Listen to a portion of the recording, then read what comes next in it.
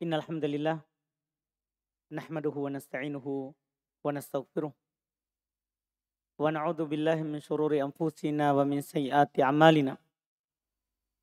May yahdihillahu fala mudhillalah wa may yudlil fala hadiyalah. Asyhadu an la ilaha illallah wahdahu la syarikalah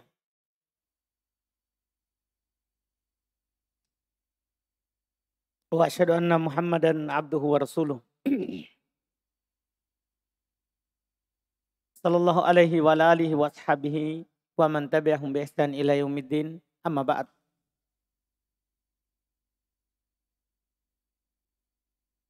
Al-ikhwan wal akhwat rahimani wa rahimakumullah.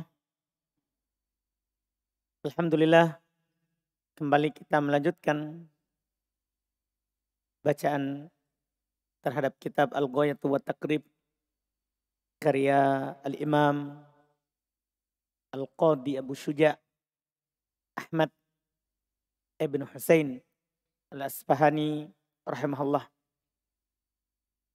Kita di pertemuan malam hari ini akan masuk dalam kitab yang baru di kitab ini, yaitu Kitabun Nikah. Kata penulis rahimahullah, Kitabun Nikahi wa ma yattasil bihi minal ahkami wal qadaya. Kitab terkait dengan nikah dan apa yang terhubung dengannya berupa hukum serta ketentuan. Kitab ini, itu kitab tentang an-nikah, adalah merupakan salah satu pembahasan fikih yang setiap dari kita sebagai muslim dan muslimah membutuhkannya. Karena tidak seorang pun dari kita pasti mau menikah. Iya. Dan akan menikah insya Allah. Sehingga kita membutuhkan untuk mempelajarinya sebelum kita melakukannya. Jangan sampai kita masuk di sesuatu amalan, kita bangun di atas ya dasar perasaan saja tanpa ilmu. Tanpa ilmu. Atau kita bangun di atas kebiasaan saja tanpa ilmu. Atau hanya sekedar menikah untuk menunaikan syahwat saja.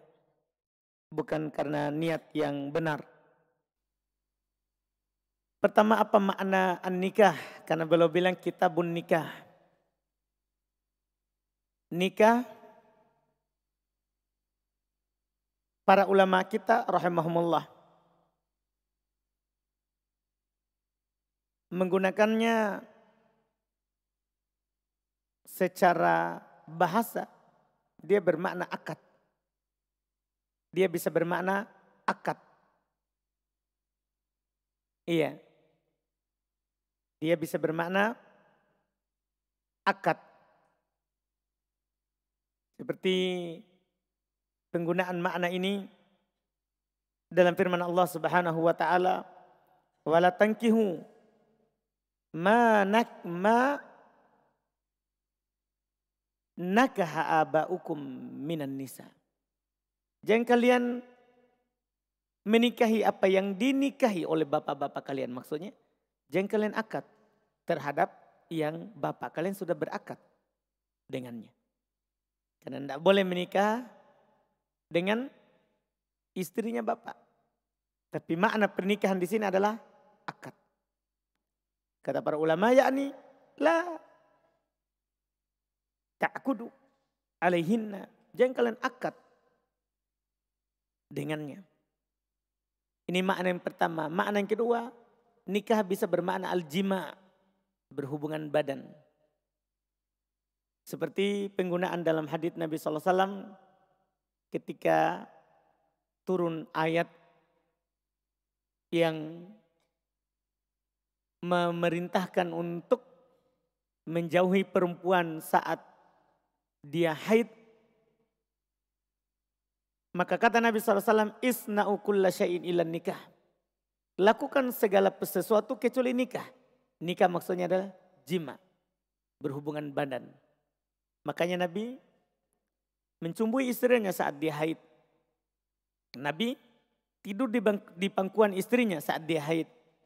Karena menjauhi dalam ayat maksudnya menjauhi yang namanya nikah. Maksudnya apa itu? Menjauhi yang namanya jima, berhubungan badan. Ini makna nikah yang kedua. Secara bahasa. Adapun maknanya secara istilah, nikah menurut istilah syariat, dia ayya'kuda alam ro'atin biqasdil istimta'i biha wa husulil waladi wa ghairi dzalika min masalihin nikah. Dia niatkan akad dengan seorang perempuan untuk hidup bersamanya dan adanya anak keturunan. Serta selain itu dari tujuan maslahat pernikahan. Jadi akad dengan niat ya kita hidup bersamanya. Nanti kita akan sebutkan sebentar ya 3 niat dalam akad pernikahan, 3 maksud dari pernikahan. Menikah hukumnya, sebelum kita membaca nanti apa yang beliau katakan, iya,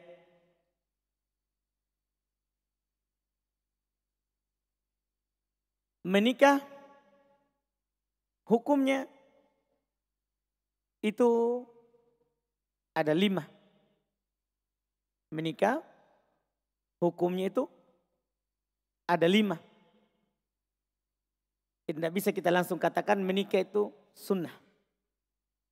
Bahkan para ulama, para fuqaha menyebutkan bahwa menikah itu hukumnya ada 5. Kadang wajib, kadang sunnah, kadang mubah, kadang makruh, kadang haram. Jadi jangan bilang langsung sunnah menikah. Enggak. Ahli fikih kalau ada yang begitu itu hanya sekedar yang tersebar saja. Orang yang ya mungkin saja dia belum belajar hanya mengetahui satu hukum saja menikah itu sunnah. Enggak. Ahli fikih mereka menyebutkan bahwa menikah itu hukumnya berputar di atas 5 hukum. Dari hukum syar'i. Karena hukum syar'i itu ada 5.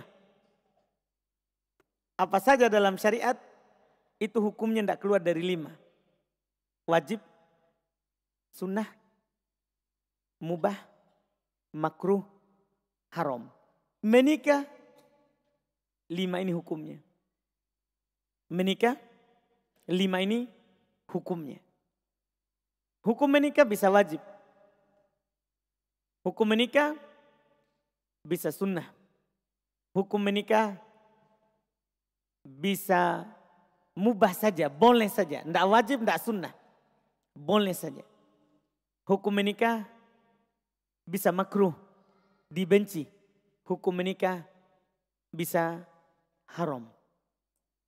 Asy-Syaikh Ibnu Utsaimin rahimahullah di dalam kitab Syarhul Mumti, ya, beliau menyebutkan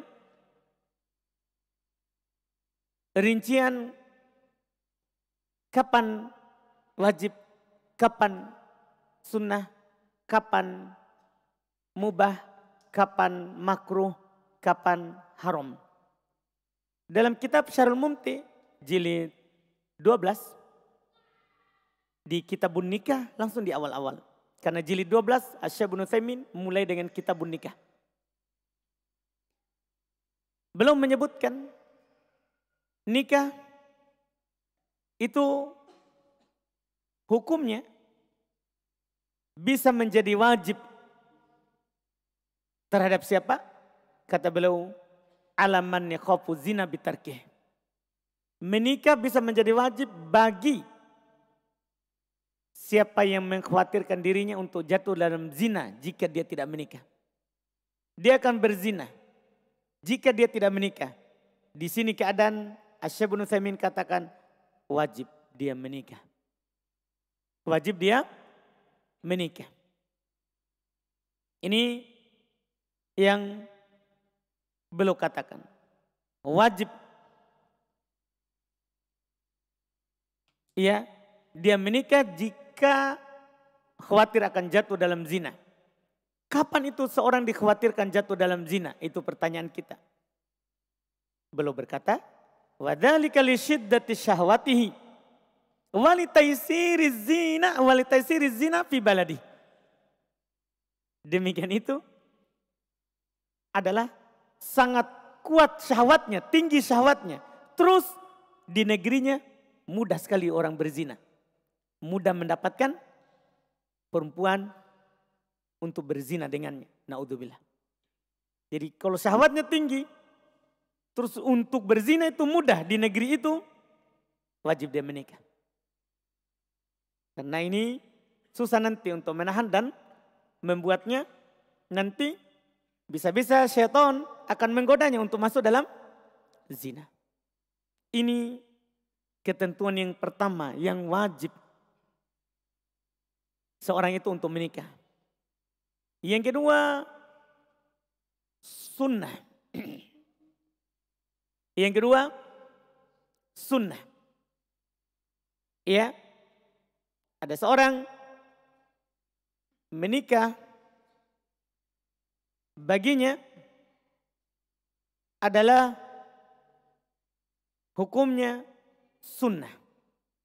Hukumnya sunnah.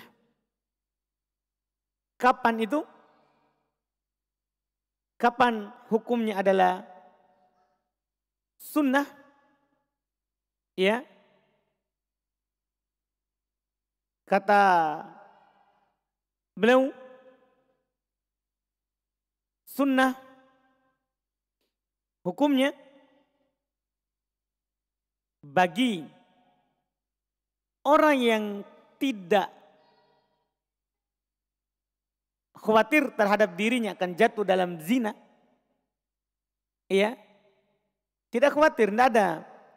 Dia alhamdulillah bisa menjaga dirinya, tidak khawatir akan jatuh dalam zina.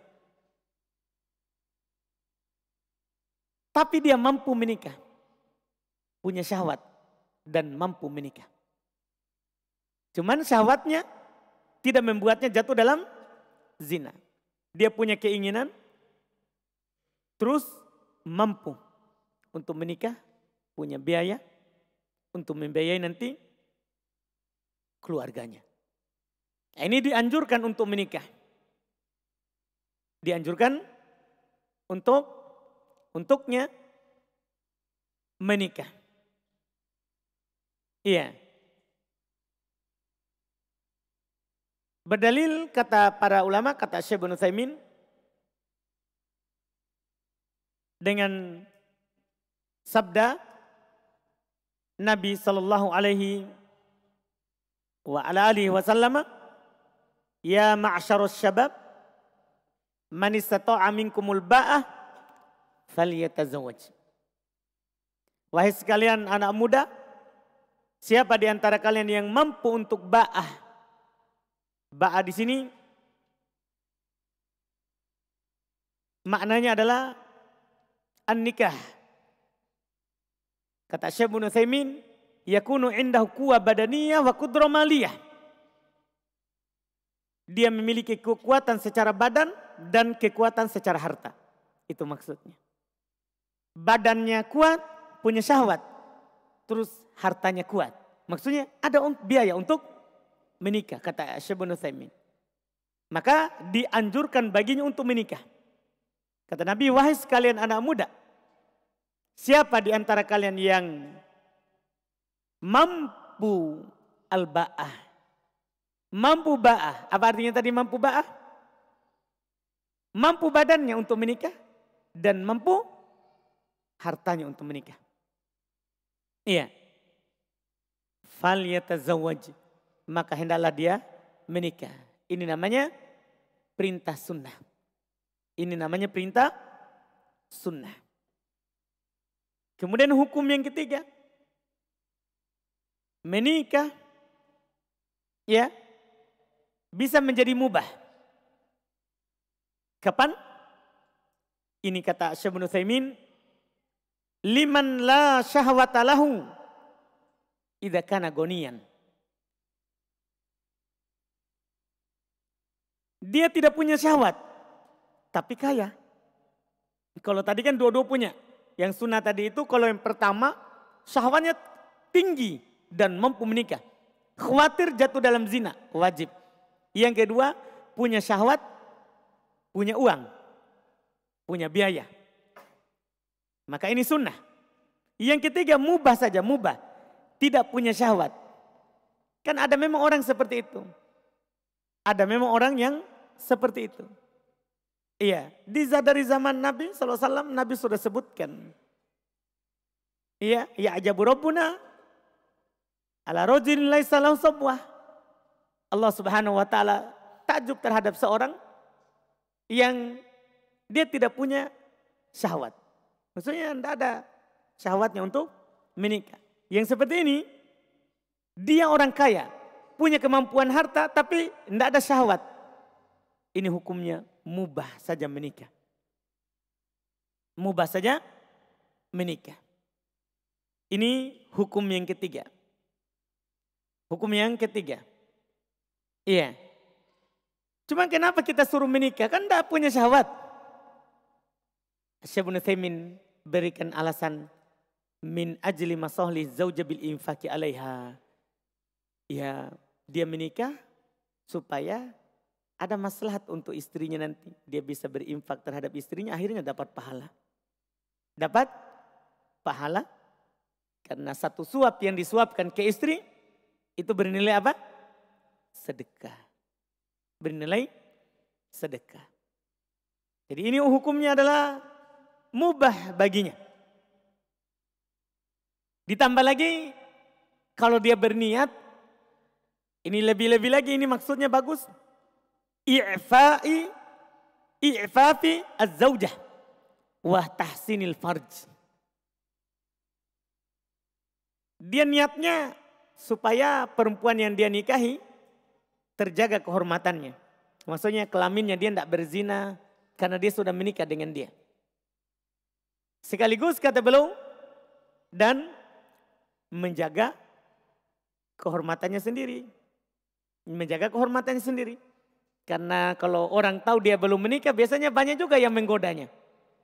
Banyak juga yang menggodanya. Tapi dengan dia menikah orang berpikir untuk menggodanya.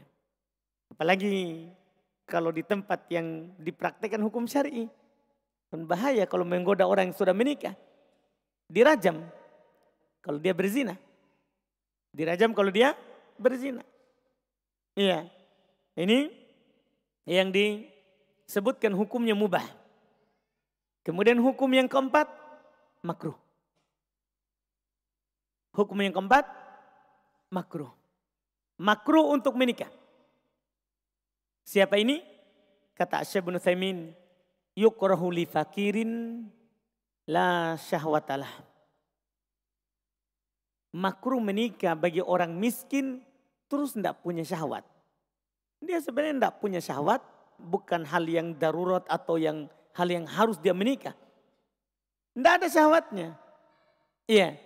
Terus dia miskin, makruh dia menikah. Tidak boleh kita katakan kepadanya, sudah sunnah kamu menikah. Padahal orang ini tidak ada syahwatnya. Maksudnya belum bangkit syahwatnya. Belum bangkit syahwatnya. Terus dia fakir. Belum ada biaya untuk menikah. Belum ada biaya untuk membiayai istrinya setelahnya. Yang seperti ini makruh menikah. Yang seperti ini makruh hukum menikah. Iya, dibenci orang yang seperti itu menikah. Hukum terakhir haram. Hukum terakhir, haram hukumnya menikah. Kapan ini diharamkan? Pertama di antara yang disebutkan oleh ulama, tapi ini dahulu. Bidaril harb. Kalau kita lagi di negeri yang lagi ada peperangan.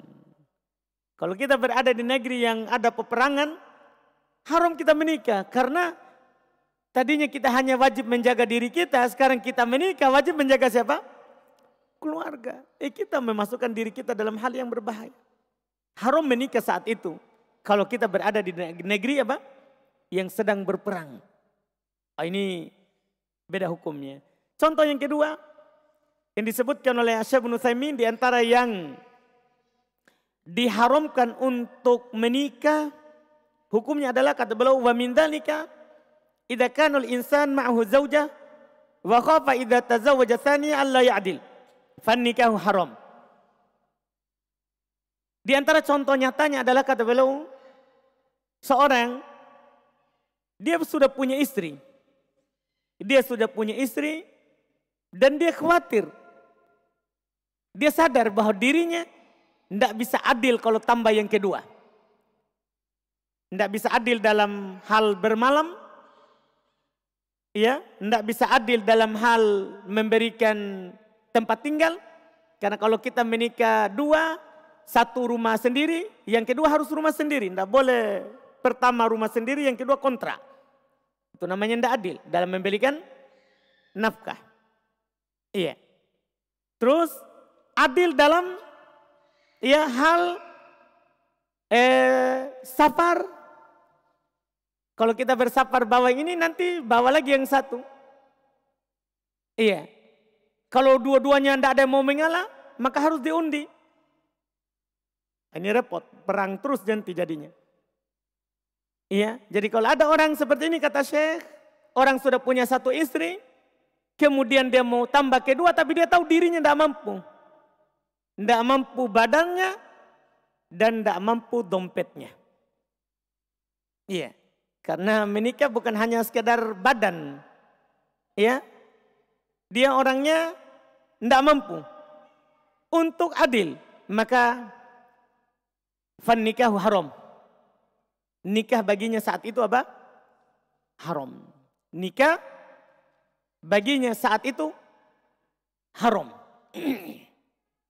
Karena pernikahan bukan hanya sekedar menunaikan hawa nafsu atau syahwat. Menikah itu bukan sekedar menunaikan syahwat. Oleh karena itu kata Syekh Ibnu Utsaimin, belum menasihatkan orang yang seperti ini keadaannya. Dia paksakan dirinya menikah padahal tidak mampu. Dia tambah padahal tidak mampu. Beliau katakan wa ala hadza panaqul al-iktisar 'alal wahida aslam. Di atas dasar inilah kita katakan seorang itu terbatas pada satu istri itu lebih selamat. Seorang itu jika dia terbatas pada satu istri itu lebih selamat. Iya, dikarenakan alasan tadi. Karena Nabi SAW beliau sebutkan, itu Syekh Ibnu Utsaimin, menikah lebih dari satu bukan untuk syahwat. Bukan untuk syahwat.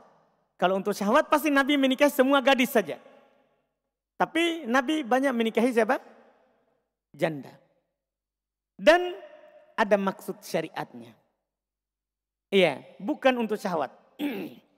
Para ulama rahimahumullah menyebutkan bahwa menikah itu diantaranya yang disebutkan oleh Syekh Ibnu Utsaimin, wa yambagi liman tazawwaj alla yaqsud qada'a syahwah faqat. Sepantasnya bagi seorang yang menikah itu dia tidak niatkan hanya sekedar menunaikan syahwat saja. Kama huwa muradu aksarin nasil yaum. Belum berbicara kenyataan. karena belum hidup ya di masa kita sekarang. Sebelum kita belum meninggal.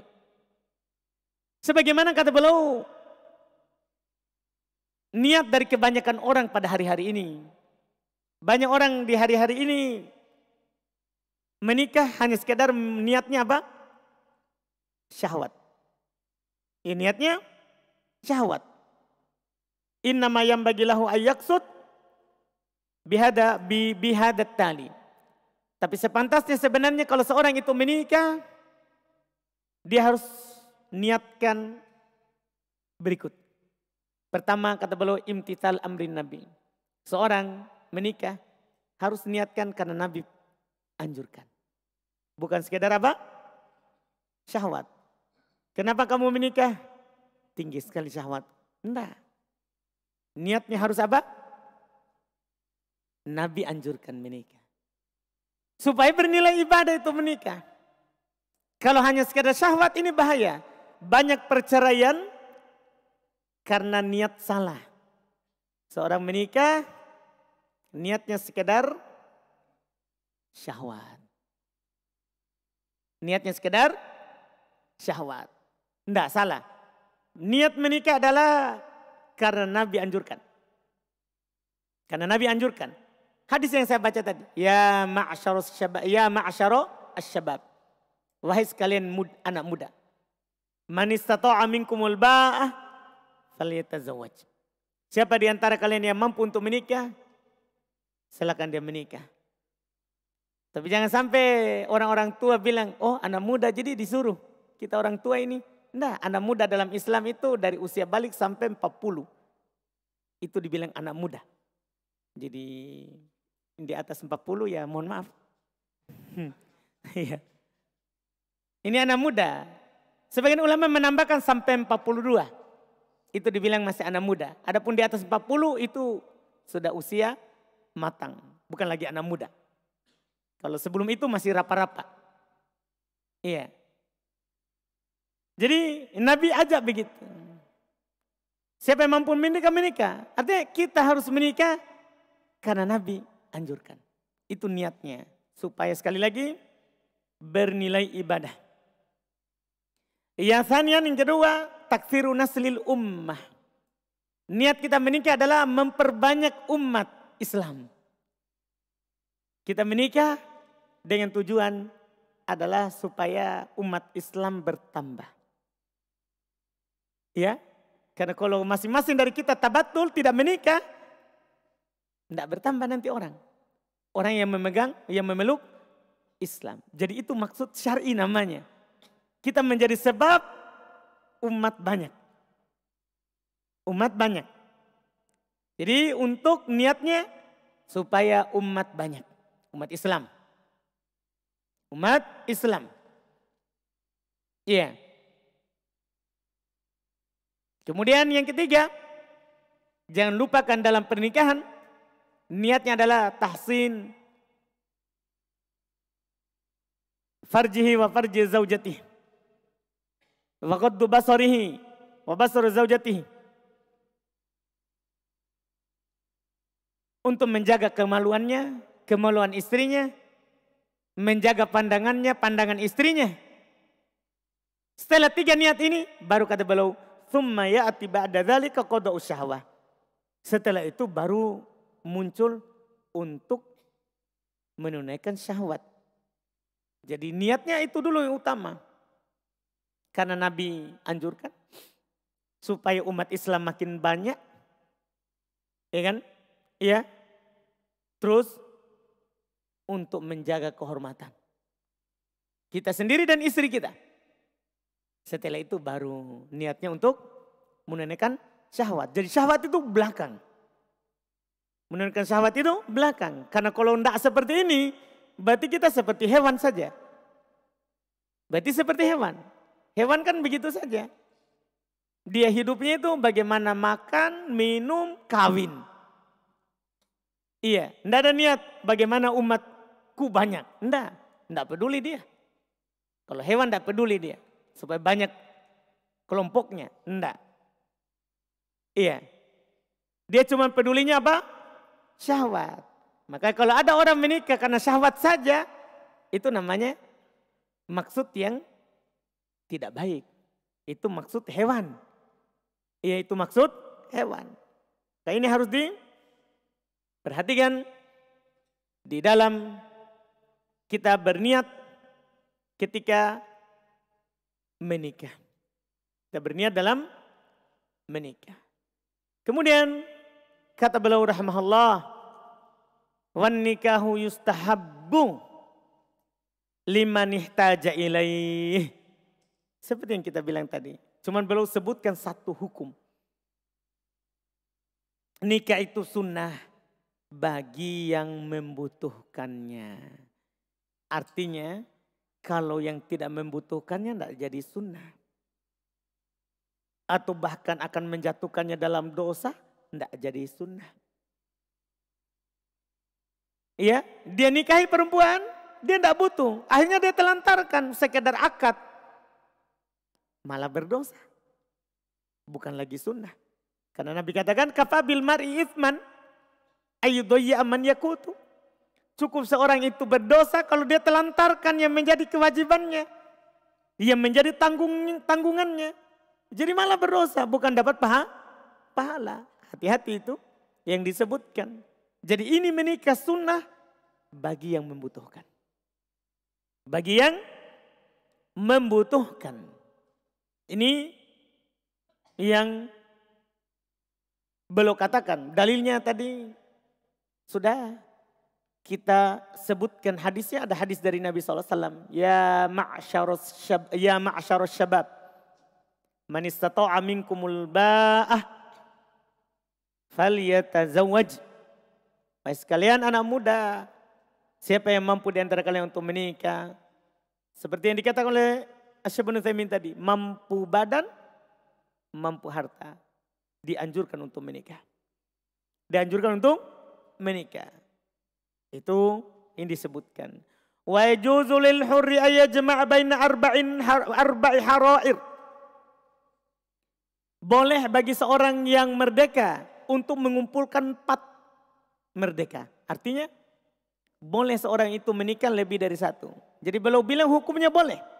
Artinya boleh seorang itu berta'addud. Boleh seorang itu berta'addud. Iya. Tapi kembali dengan tadi. Liman ihtaja. Bagi yang butuh. Jadi hukum ta'addud boleh. Bagi yang butuh. Dan ini yang disebutkan oleh Syekh Ibnu Utsaimin. Karena sebenarnya pada hakikatnya para ulama berselisih pendapat terkait dengan hukum ta'addud. Hukum menikah lebih dari 1. Ini harus kita pahami. Ada yang mengatakan sebagian ahli ilmi, kata Syekh Ibnu Utsaimin, dhahaba ahlul ilm ila annahu yusan. Ya, sebagian ahli ilm dianjurkan untuk menikah lebih dari 1. Lebih dari 1. Iya, mereka berdalil dengan ayat fankihu ma tabalakum minan nisa'i matna wa thulatsa wa ruba'. Nikahi apa yang baik bagi kalian? Iya, 2, 3, 4. Berdalil dengan ayat ini sunnah menikah lebih dari 1. Tapi sebagian para ulama rahimahumullah ta'ala ada yang berpendapat sebaliknya. Yaitu yusannu ayak tasir ala wahidah. Sunnah. Seorang itu terbatas pada 1 istri. Sunnah terbatas, jadi jangan anggap ini aneh begitu. Sebagian orang kalau kita bilang, saya pernah bilang menikah ta'addud itu mubah saja. Sebagian orang merasa, gimana caranya? Iya, mubah. Itu kan sunnah. Ustadz sana bilang sunnah, kenapa dia bilang mubah? Enggak, ini pembahasan ilmiah. Kita enggak boleh bilang sembarang begitu menyalahkan orang lain. Di ulama fikih begitu memang pembahasannya. Di antara mereka ada mengatakan sunnah. Berdalil dengan ayat tadi. Tapi di antara mereka juga kata Syekh Ibnu Utsaimin, dhahaba ba'du ahli ilmi ila annahu yusan ayyak tasira ala wahidah. Sebagian ahli ilm mereka mengatakan sunnah terbatas pada 1. Lebih dari itu hanya mubah biasa. Dan mereka tegaskan juga mubah bagi yang punya syahwat dan mampu uangnya. Itu mubah. Adapun kalau dia tidak punya syahwat terus miskin, masuk di hukum tadi. Karena hukum ta'adud sama dengan hukum menikah satu orang. Satu. Yaitu bisa menjadi haram, bisa menjadi makruh. Seperti rincian tadi. Seperti apa? Rincian tadi. Tapi yang jelas kata para ulama ada yang mengatakan sunnah, sudah ada dalilnya, ada yang mengatakan enggak. Sunnah satu saja. Mereka punya alasan juga tentunya. Bagi yang mengatakan sunnah menikah hanya satu saja. Kata Syekh Ibnu Utsaimin, wa 'allala dzalika bi annahu aslam lidhimmah minal jaur. Mereka kasih alasan itu lebih selamat untuk nanti tidak berbuat adil. Karena kalau kita lebih dari satu, kita tidak bisa memastikan bahwa kita bisa adil. Karena kita manusia biasa yang kadang ya banyak kekurangan, bukan kadang, memang banyak kekurangan. Banyak kekurangan. Makanya mereka kasih alasan bahwa satu itu lebih selamat supaya tidak zalim. Allah isyaratkan di Quran ini. Allah isyaratkan di Quran. Tadi itu ada ayat tadi. Kalau nikahilah perempuan yang kalian lihat bagus, baik. 2, 3, 4. Setelahnya Allah katakan, fa in khiftum alla ta'dilu fawahidah. Jika kalian khawatirkan diri kalian untuk tidak berbuat adil, maka satu saja. Kan Allah isyaratkan seperti itu. Maka satu saja. Maka satu itu lebih selamat. Satu lebih selamat. Li'annahu idza tazawwajat nain aw akthar faqad la yastati'ul 'adl bainahuma. Kata Syekh Ibnu Utsaimin. Ini sengaja saya nukil, jangan sampai nanti saya ini Ustadz membela ibu-ibu. Iya, nanti saya diserang oleh ikhwah. Iya. Bukan, ini Syekh Utsaimin. Beliau bilang karena kata beliau nyatanya di kehidupan, jika seorang itu menikah 2 atau lebih dari 2, kadang dia tidak mampu untuk berbuat adil. Tidak mampu untuk berbuat adil. Ditambah lagi kata beliau, li'annahu aqrabu ila man itashattutil usrah. Dan ini yang perlu kita perhatikan. Tambah lagi, dengan hanya menikah 1, ini bisa menghalangi keluarga itu bercerai-berai. Tidak sedikit yang kita lihat orang nikah lebih dari 1, tadinya damai saja, akhirnya terancam pisah dengan istrinya yang pertama. Anak-anaknya terancam telantar. Ini maksud syariat dari pernikahan hilang. Tujuan menikah adalah mawaddah warahmah, supaya saling cinta, saling kasih sayang. Sekarang jadinya apa? Tasyattut, bercerai-berai. Satunya melayani suaminya bukan karena cinta lagi, tapi bagaimana supaya lebih daripada yang satu. Ini susah dijaga, karena hati berubah terus. Hati berubah terus. Makanya beliau katakan, rahimahullahu ta'ala, ini menikah 1 saja, akrab ila man itashattutil usrah. Lebih dekat kepada apa? Kita mencegah bercerai-berainya apa? Keluarga. Fa innahu idza kana lahu aktsar min imra'ah tashattatal usrah. Sesungguhnya dia kalau jika punya lebih dari 1 istri, biasanya akan bercerai-berai keluarganya. Fa yakunu aulad hadhil mar'ah wa aulad li hadhil mar'ah wa rubbama yahsulu bainahum tanafur binaan ala tanafur alladhi bainal ummahat. Dan ini nyata. Ini punya anak, ini punya anak. Kadang anak masing-masing bermusuhan. Kenapa? Ibu bermusuhan. Karena sekolah pertama di ibu. Iya. Ibu sini pompai anaknya. Usahakan bapakmu nangis terus kok nak. Kau lagi di sana. Selesai masalah. Yang sana lagi. Pokoknya buat bapakmu menderita. Hancur kita Pak. Iya. Bukan saya kasih putus harapan tak. Tapi pikir dulu baik-baik. Kita pikirkan dulu baik-baik sebelum maju nih di masalah. Karena kita akan berperang setiap hari. Kita akan berperang setiap hari. Makanya ada, Masya Allah, nasihat yang bagus juga terkait dengan masalah ta'adud ini. Ya, dari Syekh Ibrahim ya Ibn Muhammad Al-Hamd rahimahullah, terkait dengan orang yang mau menikah lebih dari satu. Iya. Beliau nasihatkan bahwa seorang itu kalau dia terbatas pada satu, ya itu lebih bagus. Itu lebih bagus. Di mana itu saya pernah lewat ucapan itu.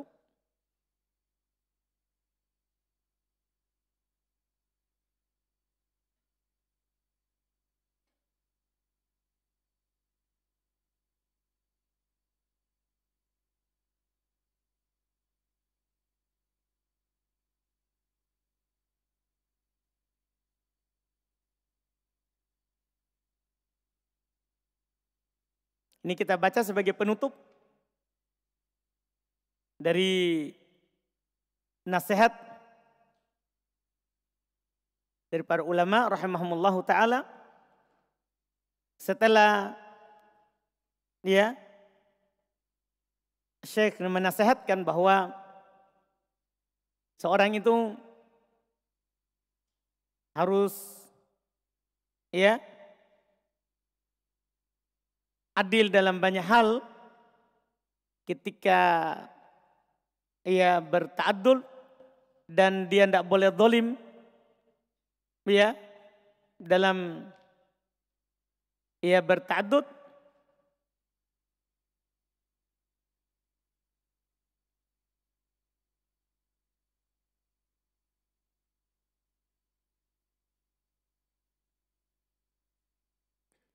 Jadi beliau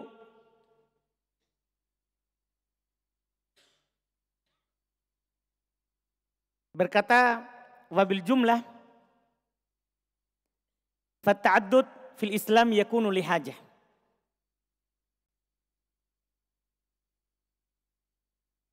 Maka secara umum dalam Islam ta'addud itu karena memang kebutuhan. Ta'addud dalam Islam itu karena apa? Karena memang kebutuhan. Itu ta'addud di dalam Islam. Itu perkataan yang sangat dalam dari beliau rahimahullahu ta'ala. Iya. Hukum asal dari ta'addud. Terus beliau berkata, fayam bagi. Iya.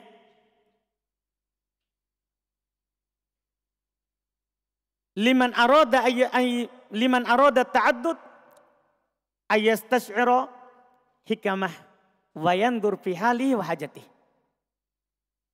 Sepantasnya bagi orang yang mau ta'addud memperhatikan dulu hikmah dari ta'addud.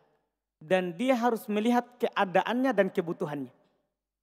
Keadaanmu bisa enggak untuk berta'addud? Kamu memang butuh untuk berta'addud. Ya kan? Itu harus diperhatikan.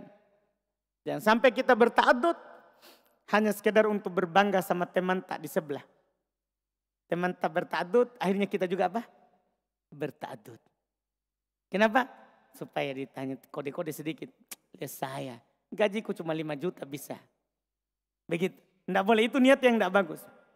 Seorang harus lihat pada keadaan dirinya dan kebutuhannya. Dan kebutuhannya. Iya. Tidak boleh sekedar melakukan atau sekedar ya hanya untuk berbangga-bangga saja kepada teman kita, kepada teman kita. Ini hal-hal yang disebutkan, hal-hal yang disebutkan oleh para ulama kita. Jadi ini yang beliau katakan. Insya Allah kita lanjut lagi nanti.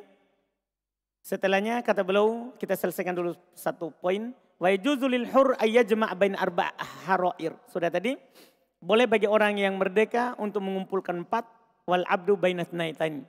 Sementara kalau budak boleh dia menikahi mengumpulkan 2 saja.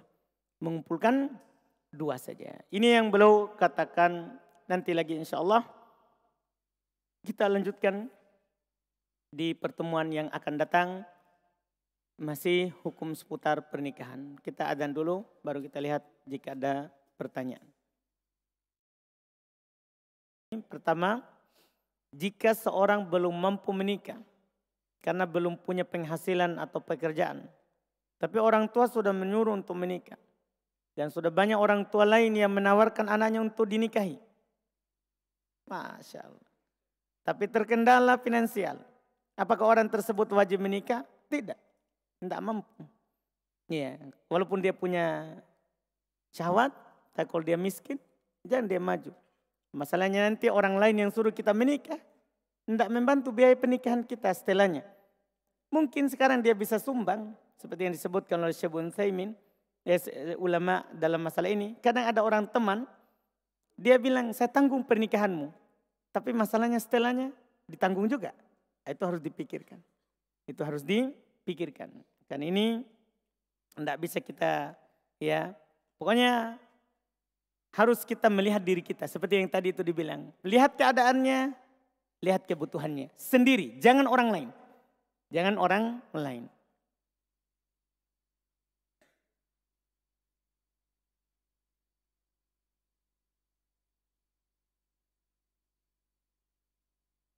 Bolehkah memberikan pakaian kebaya kepada orang kafir?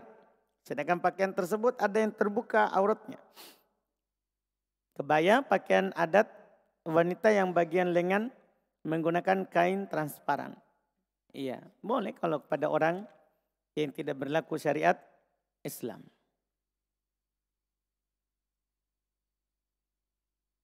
Wallahu alam. Seperti yang disebutkan, Umar pernah dikasih sutra. Dia tidak terima, dibilang haram bagi laki-laki. Kata Nabi, kasih yang halal untuknya. Kasih yang halal untuknya. Wallahu a'lam.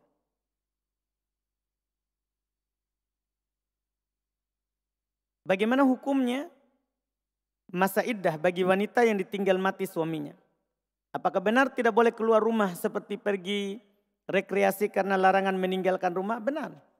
Seorang perempuan yang ditinggal mati, wajib dia beriddah 4 bulan 10 hari. Tidak berhias, tidak boleh menerima lamaran. Iya, selama dia ditinggal mati. Ya, dia diam 4 bulan 10 hari.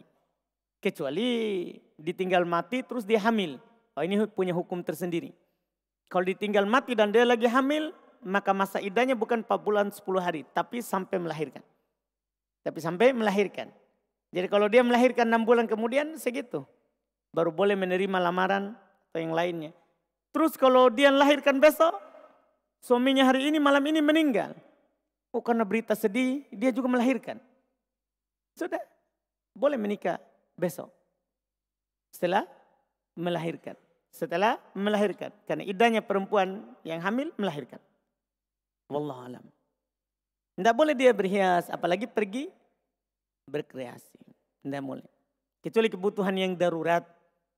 Dia butuh untuk beli makanan misalnya, tidak ada yang lain yang bisa membantunya, dibolehkan.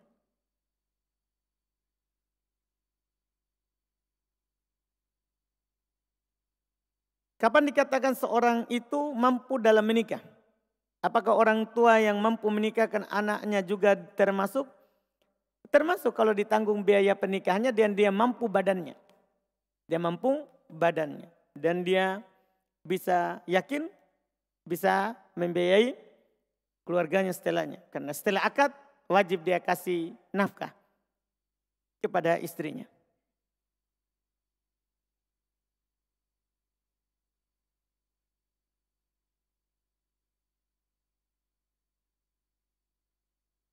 Ada orang yang puasa Daud pada hari Selasa lalu. Pada hari Selasa. Lalu berhenti pada hari Jumat. Berarti dia puasa hanya Selasa dan Kamis. Apakah itu boleh Ustadz? Dan apa hukumnya? Boleh, puasa Daud bebas, tidak diatur harinya. Kapan kita puasa sehari berbuka sehari, walaupun kenanya hari Jumat, atau kenanya hari Ahad, atau kenanya hari Sabtu, dibolehkan.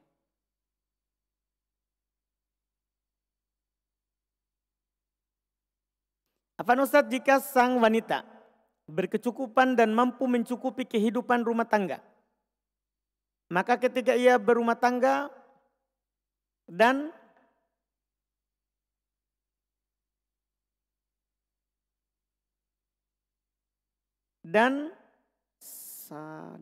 dengan apa ini?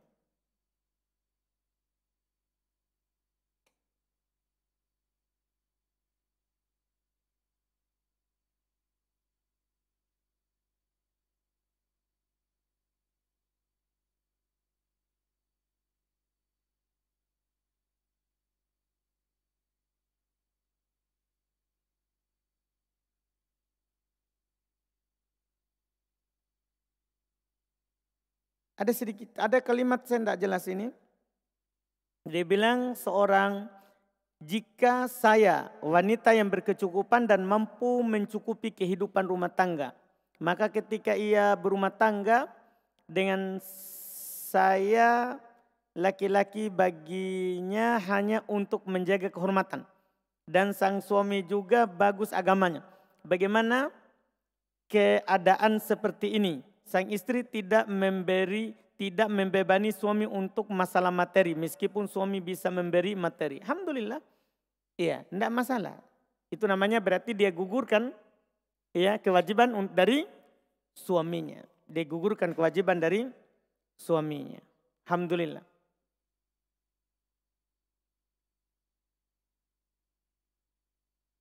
Kenapa Bang Zul? Senyum-senyum nih. Mau cari yang seperti itu ya. Masya Allah. Alhamdulillah. Yang tidak butuh dinafkahi ya. Jadi langsung senyum-senyum ya. Langsung berdoa, ya Allah semoga saya dapat yang seperti itu. Ini sudah menikah. Karena dia bilang sudah. Ustadz, bagaimana hukumnya seorang istri menolak ajakan suami karena alasan tidak mood? Ya. Atau lagi banyak pikiran? Tidak boleh, tidak boleh. Ya, tidak boleh itu seorang menolak ajakan suaminya. Ya, walaupun tidak mood. Walaupun tidak mood. Kasih mood saja.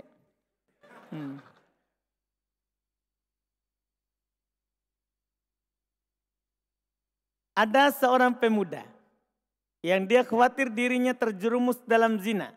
Namun dia tidak memiliki kemampuan materi untuk menikah. Ya, bertakwa kepada Allah, berpuasa. Ada lanjutan hadisnya. Ya kan? Ada lanjutan hadisnya. Yang tidak mampu silakan berpuasa. Jangan dia paksakan dirinya untuk menikah. Yang tidak mampu, dia berpuasa jalan keluarnya. Bolehkah uang dari Baitul Mal digunakan untuk menikahkan pemuda-pemuda yang ingin menikah namun tidak mampu dari segi materi? Boleh. Tapi kita punya Baitul Mal. Iya, tapi boleh. Boleh seorang yang punya zakat atau sedekah kasih seorang anak muda uang untuk menikah. Boleh.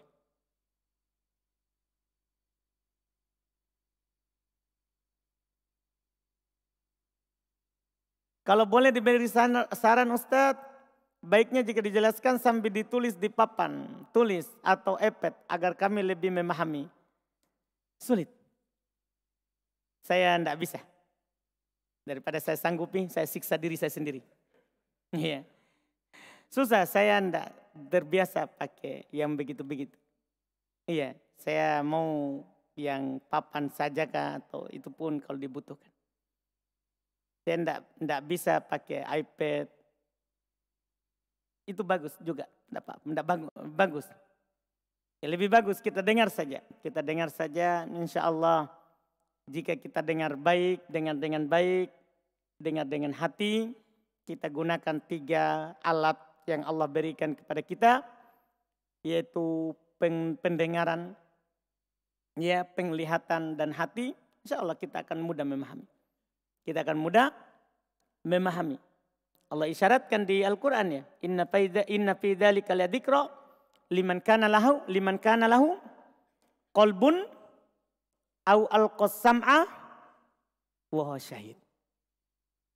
Itu pelajaran itu akan menjadi pengingat bagi orang yang punya hati, terus diarahkan pendengarannya, terus hadir. Jasadnya hadir. Jadi kalau kita hadir, pendengaran kita fokuskan, kemudian hati kita arahkan, kita akan paham. Kita akan paham. Walaupun tidak pakai iPad, tidak pakai. Itu susah. Iya.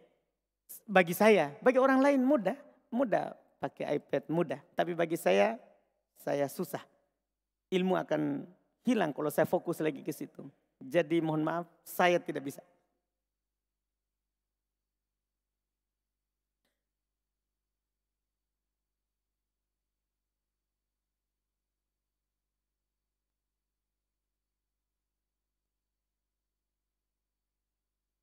Bagaimana hukum meminjam uang kepada orang yang mendapatkan uangnya dari cara yang haram? Misal seperti tukang judi atau uangnya dari hasil judi tersebut tetapi tidak berbunga. Halal kalau kita pinjam darinya.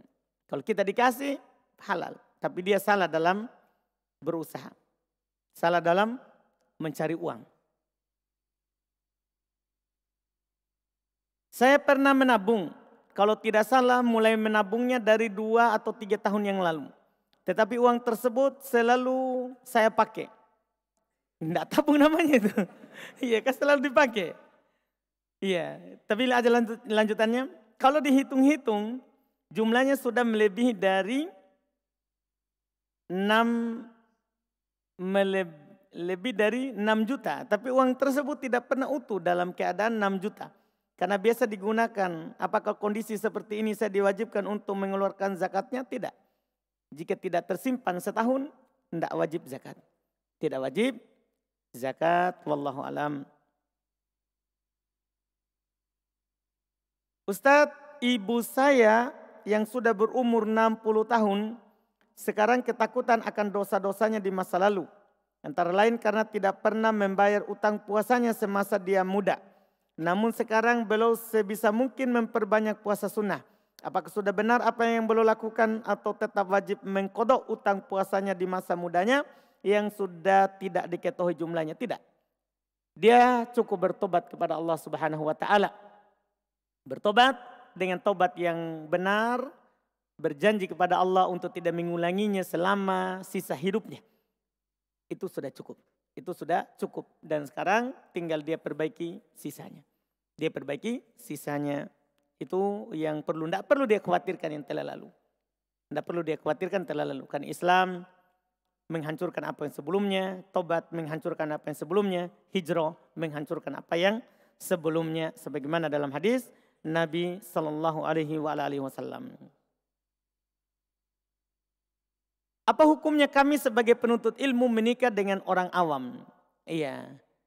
Ya hukumnya mubah tapi kita pilih yang beragama lebih bagus. Dan seorang itu menikah karena 4. Sebagaimana diisyaratkan di hadis. Tungkahul mar'ah bi'arba. Seorang itu dinikahi karena 4 perkara. Limaliha, wali hasabiha, wali jamaliha, wa diniha. Fadfar bidatid din taribat yadak. Dia dinikahi karena hartanya. Dinikahi karena nasabnya, keturunannya. Dia dinikahi karena cantik, laki-laki gagah. Dinikahi karena agamanya. Maka pilih yang punya agama, kamu akan beruntung. Pilih yang punya agama, kamu akan beruntung. Ya, banyak keberuntungan kalau kita pilih agama. Bagi laki-laki akan beruntung banyak kalau dia perempuan, pilih perempuan yang punya agama. Ya, mungkin dia kurang senang kalau tidak melihatnya, mungkin tidak terlalu cantik.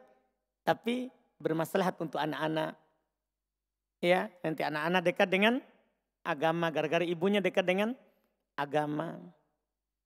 Atau minimal seperti yang tadi ditanyakan. Kalau diajak walaupun lagi tidak mood, tetap mood. Itu kan kalau dia punya agama. Kalau dia punya agama. Demikian pula kalau seorang akhwat, kalau dia pilih yang punya agama, itu beruntung. Karena kadang, walaupun kadang dia tidak senang kepada istrinya, lagi kurang senang, tapi tidak akan pernah dia nampakkan. Kenapa? Untuk menjaga perasaan istrinya. Dan dia tahu menjaga perasaan istri itu adalah bagian dari hal yang penting dalam hubungan keluarga. Dalam hubungan keluarga.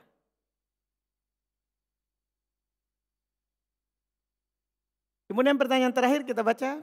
Masih ada tapi kita jadikan ini terakhir. Sini katanya, bagaimana pandangan salaf mengenai seorang akhwat yang melamar ikhwan? Bagaimana adabnya Ustaz? Ya enggak apa-apa. Seorang akhwat itu ya menawarkan dirinya kepada ikhwan. Jika dia tahu itu bagus agamanya. Bagus agamanya. Salaf terjadi seperti itu. Seperti dinukil dari Abu Utsman An-Naisaburi beliau dikatakan dinukil seperti itu. Orang tuanya memintanya untuk menikah, keluarganya berusaha supaya dia dinikahkan. Tapi dia belum mau waktu masih mudanya. Tiba-tiba datang seorang perempuan, langsung dia bilang kepadanya, Abu Utsman, saya mencintaimu. Bilang begitu, tolong nikahi saya. Nikahi saya. Dan yang membuat dia kabulkan adalah karena dia sebut nama Allah. Wallahi, nikahi saya. Ini kan susah bagi ulama untuk menolak kalau dia orang bersumpah. Tapi jangan dipraktekkan. Iya. Iya. Jadi dia bersumpah. Dia orang tuanya sebenarnya sudah berusaha sekali supaya anaknya ini menikah. Tapi dia lagi fokus, hanya dia belum mau menikah. Datang seorang perempuan, dia bersumpah, saya mencintaimu. Dan dia bersumpah, demi Allah nikahi saya.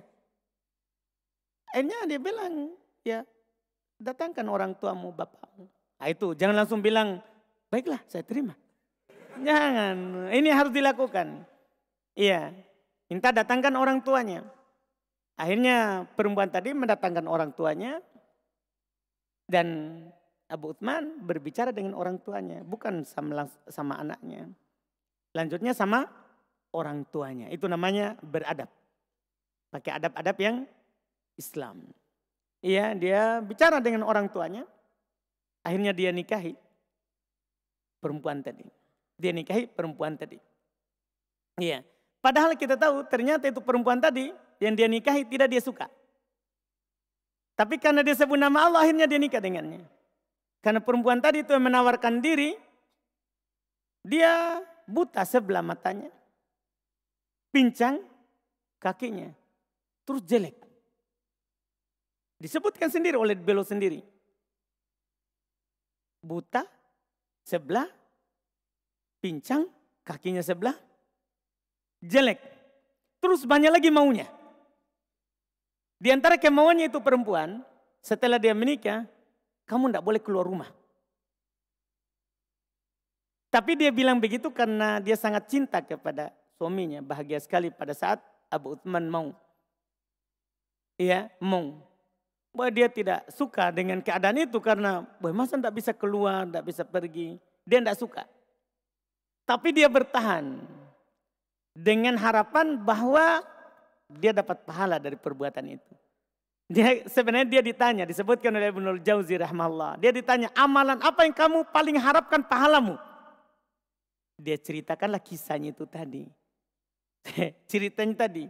Jadi dia menikah dengan seorang perempuan yang dia tidak suka. Tapi dia tidak pernah tampakkan kalau dia tidak suka. Selama 15 tahun. Perempuan itu meninggal setelah 15 tahun. Jadi meninggal 15 tahun, enggak, dia bilang paling saya tidak suka itu perempuan.